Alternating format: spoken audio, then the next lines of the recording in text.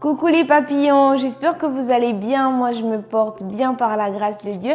Aujourd'hui, on va faire le résumé de deux de mes livres que j'aime beaucoup, qui parlent de développement personnel, de remise en question et puis d'évolution, de glow up.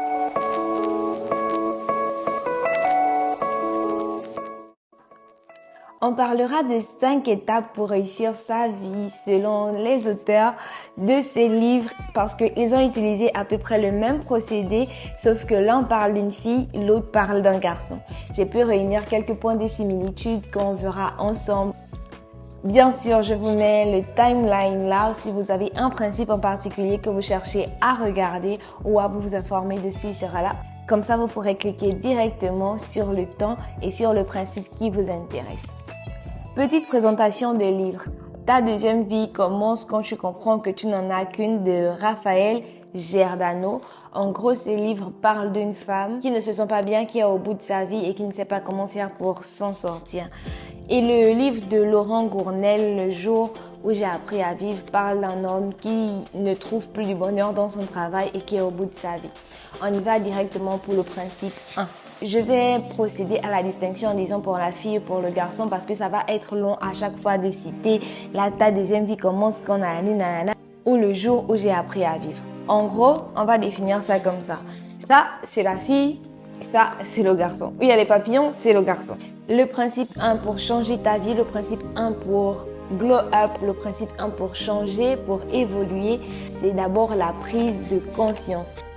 Pour le garçon, la prise de conscience s'est faite lorsqu'il a rencontré une chamane qui lui a dit qu'il allait mourir en fait, que sa vie n'avait plus de sens et qu'il allait vraiment mourir. C'est à ce moment qu'il a pris conscience. Pour la dame, la prise de conscience a été faite lorsqu'elle a eu un accident et elle a manqué de mourir de peu. Pour les deux, effectivement, il y a eu un événement choc, un événement déclic qui a conduit à tout le processus qui vient, tout le processus qui a vraiment boosté leur évolution et leur changement. Notons tout de même que la prise de conscience n'est pas forcément un événement qui met votre vie en jeu. Lorsque vous vous posez, que vous regardez votre vie, posez-vous la question, est-ce que je peux devenir une meilleure version de celle que je suis? Si vous vous asseyez et que vous savez que vous pouvez devenir une meilleure version ou que vous avez le désir de devenir une meilleure version, n'attendez pas d'arriver à un choc. Il y a plusieurs personnes qui frôlent la mort mais qui ne prennent jamais conscience. Donc la prise de conscience n'est pas nécessairement liée à la mort, n'est pas forcément liée au risque de mort. La prise de conscience, c'est en nous-mêmes. Dès le moment où tu prends conscience qu'il faut que tu fasses les choses différemment, tu vas te lancer et je vous encourage franchement à vous lancer. Partie 2, l'importance de l'entourage. Dans ces livres, ce qui m'a choqué, c'est que l'évolution et le développement ne se fait pas seul. Les deux ont eu besoin de mentors, les deux ont eu besoin de guides. Pour le garçon, ça a été sa tante qui l'a montré une nouvelle façon de voir la vie, une nouvelle façon d'être en connexion avec la nature, d'être en connexion déjà aussi avec lui-même, de voir la vie sous un angle un peu plus détaché et être un peu plus reconnaissant des petites choses de la vie. Pour la dame, elle a eu la grâce de faire la connaissance de Jean-Claude. J'ai même retenu son nom tellement quand je lisais ce livre, je me sentais impliquée à l'intérieur. Et la dame, elle a fait la connaissance de ce monsieur qui s'est appelé Anne Griff, routinologue. Il s'est présenté comme quelqu'un qui travaillait dans le domaine du développement personnel pour accompagner les gens à quitter leur routine, à changer leur routine pour devenir une meilleure version d'elle-même.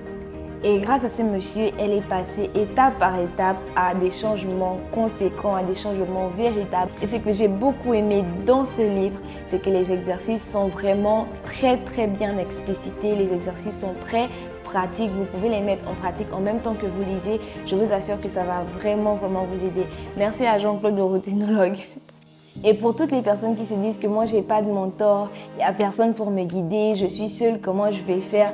La réponse elle est toute simple, prenez un livre. Moi quand j'ai commencé j'avais pas de mentor, j'ai fait une vidéo où je parlais de l'un de mes mentors que je n'ai jamais vu, je ne suis même pas sûre qu'il parle français, c'est Robert Kiyosaki. Il m'a beaucoup aidé, il m'a beaucoup encouragé à me lancer dans tout ce que j'entreprends maintenant. Donc si vous n'avez pas de mentor, si vous n'avez pas de personne pour vous guider de manière physique, regardez des vidéos sur YouTube, voyez comment les autres font. Écoutez des podcasts, regardez des vidéos de motivation, écoutez des musiques de motivation, écoutez des personnes qui vous inspirent et s'il vous plaît, par l'amour du très haut, n'écoutez pas les conseils constructifs de ceux qui n'ont jamais rien construit.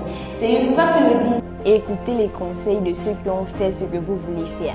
Vous allez me dire non, c'est pas obligatoire. Il y a des personnes qui ont de l'expérience parce qu'elles ont vu voir quelque chose et vivre quelque chose, c'est différent. Quelqu'un qui a construit son entreprise et qui a eu des échecs et encore des échecs sera à même de vous expliquer quand vous allez lancer votre entreprise que l'échec, ce n'est pas une fatalité. L'échec, c'est le moyen d'apprendre. Vous voyez un peu, l'expérience de la personne qui a vécu ce que vous voulez vivre sera toujours 1000 fois mieux que l'expérience de quelqu'un qui est assis chez lui, qui ne fait rien et qui viendra vous dire c'est pas comme ça qu'on fait, c'est pas comme ça qu'on fait. Et généralement, les personnes qui le font ne disent jamais rien de constructif, c'est toujours quelque chose pour dire non, on ne fait pas comme ça, c'est mal fait, il ne faut pas nanana, toujours dans la négation. Évitez ça, évitez ce genre de personnes, éloignez-vous de ce genre de personnes. Parce que si vous attendez les conseils de ce genre de personnes, ils vont seulement vous dire ce qu'il ne faut pas faire. Ils ne seront jamais à mesure de vous dire comment faire ce qu'il faut faire. 3. Le passage à l'action. J'ai l'habitude de dire que ce qui différencie un homme d'un garçon, c'est le passage à l'action.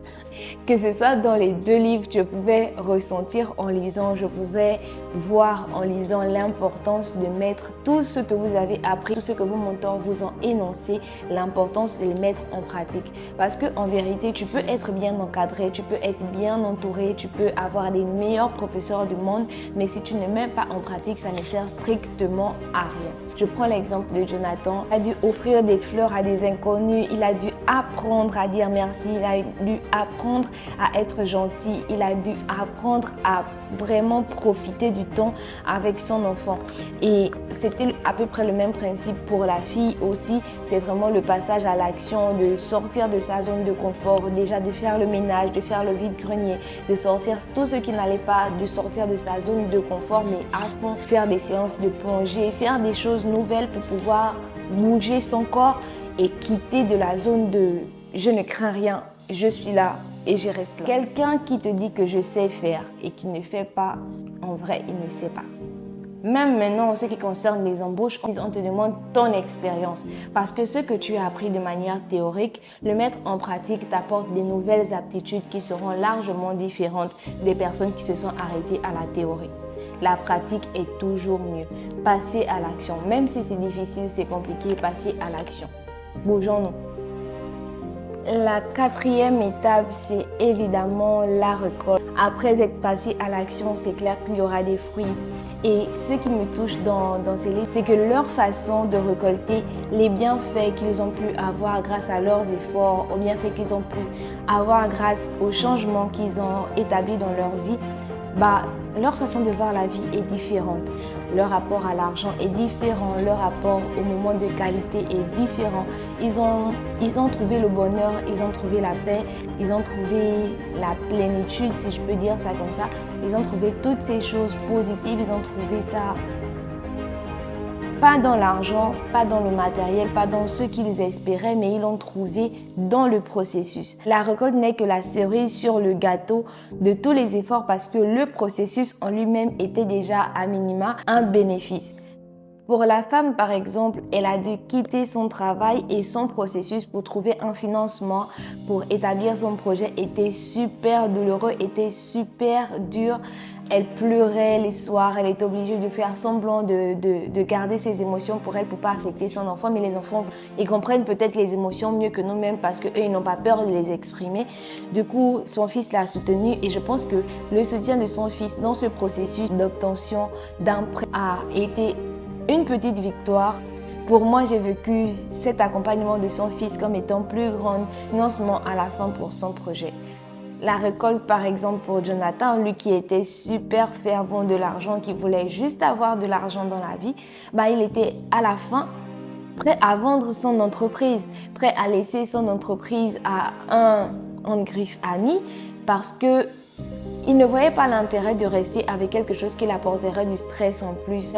La récolte financière pour Jonathan était devenue tellement insignifiant pour lui que ça contrastait de ouf avec sa façon de penser, sa façon de voir la vie au début du livre. Franchement, je vous encourage à lire parce qu'il y a pas mal de notions, il y a pas mal de choses dans les deux livres d'ailleurs que je n'ai pas pu énoncer dans cette vidéo parce que simplement ça ne rejoignait pas à 100% les principes en question. Il y a par exemple des principes dans ce livre qui ne sont pas énoncés ici, il y a des principes ici qui ne sont pas énoncés, en tout cas vice versa. Je pense que vous avez compris un peu ce que je voulais dire par là. Je vais vous faire des résumés des livres. Je pense que je vais faire des vidéos où je fais vraiment le résumé détail par détail, ce que j'ai retenu et ce que ça m'a apporté, ce que je n'ai pas aussi aimé dans chacun des livres. Je pense que je ferai ça dans des prochaines vidéos. Dites-moi ce que vous en pensez dans les commentaires justement. Comme ça, on va en discuter. Le dernier des principes, c'est l'entraide. À la fin de chacun de ces livres, ce qu'il en est retenu, c'est que ce que l'on t'a donné, transmets-le. Ce que l'on t'a donné ne sert pas que pour toi. Le routinologue Jean-Claude a transmis quelque chose de trop bien à la dame et elle, à son tour, à la fin de ce livre, je ne vais pas vous spoiler, à la fin de ce livre, elle s'est trouvée dans une situation où elle s'est sentie en elle obligée d'être routinologue. C'était trop drôle à la fin parce que je m'attendais à tout sauf à ça. Du coup, elle, de son côté, elle s'est mis en tête qu'il était nécessaire de transmettre ce qu'elle avait reçu. Et je pense que pour tout le monde, on devrait pouvoir transmettre ce que l'on reçoit. Quand tu sais que quelque chose est bien, transmets-le, ça ne te coûte rien. Et pour Jonathan, c'était la même chose. Il est arrivé à un point là où il était épanoui. Pour lui, ça ne servait plus à rien de garder ce positif pour lui seul, de garder cette expérience pour lui seul. Et donc, il a fait la même chose qu'il est arrivé. Il a fait à son tour ce que toute bonne personne qui a réussi dans la vie est censée faire, c'est-à-dire partager les moyens de sa réussite à ses proches, indiquer comment faire pour changer. Je pense que ces livres m'ont motivé à ouvrir ma chaîne YouTube parce que je me suis dit que si moi, j'ai changé ma manière de réfléchir, c'est vrai que je suis en processus de changement et que ma vie n'a pas totalement changé, mais je me dis que si je partage mon processus de changement avec vous, ça m'aidera non seulement à être engagé, parce que le risque de poster des vidéos pendant qu'on est en changement soi-même, alors que nous sommes en plein processus d'évolution soi-même, c'est d'abandonner en chemin. Et vu qu'il y a pas mal de personnes qui regardent mes vidéos, j'ai pas envie de vous décevoir déjà, j'ai pas envie de me décevoir et j'ai pas envie d'être là à justifier pourquoi j'ai arrêté, à justifier pourquoi j'ai baissé les bras après avoir dit que c'était possible de changer de vie. Donc voilà, je pense que ces livres m'ont vraiment inspiré à ouvrir cette chaîne YouTube. Je pense que ces livres vont vous inspirer à faire quelque chose que vous voulez faire ou que vous avez du mal à faire ou encore à découvrir une passion en vous parce que franchement, il y a des mini-histoires à l'intérieur de l'histoire de base qui vont vraiment vous aider. Donc, c'était vraiment pas un spoil.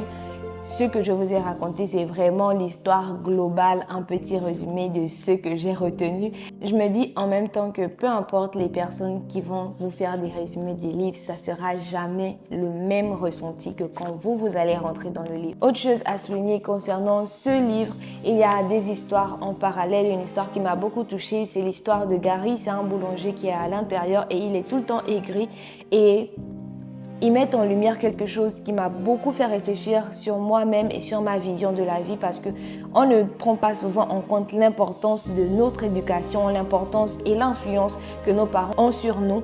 On se dit qu'on réfléchit par nous-mêmes, on pose des actes par nous-mêmes. Mais Gary, il était aigri, il était tout le temps énervé vis-à-vis de ses enfants, il ne souriait jamais. C'était la conséquence de tout ce que ses parents et ses grands-parents avaient dit à son sujet. Donc vraiment, ça emmène un peu à réfléchir sur ce qu'on a comme héritage émotionnel, sur ce qu'on transporte comme bagage émotionnel qui viennent de nos parents. Et si mes parents regardent cette vidéo, je vais vous dire merci parce que vous m'avez transmis beaucoup d'amour et je vous aime trop fort. Merci papa, merci maman. Merci Karen aussi. Merci de m'apporter un peu de force et à m'encourager à poster des vidéos en likant ou en partageant mes vidéos. Ça me fait toujours du bien. Voir vos commentaires ou vos messages où vous me demandez pourquoi j'ai pas posté et tout. Ça fait vraiment du bien parce que ça prouve que je ne m'assois pas là pour parler en vain. Si ça peut aider une personne, pour moi, ça me suffit.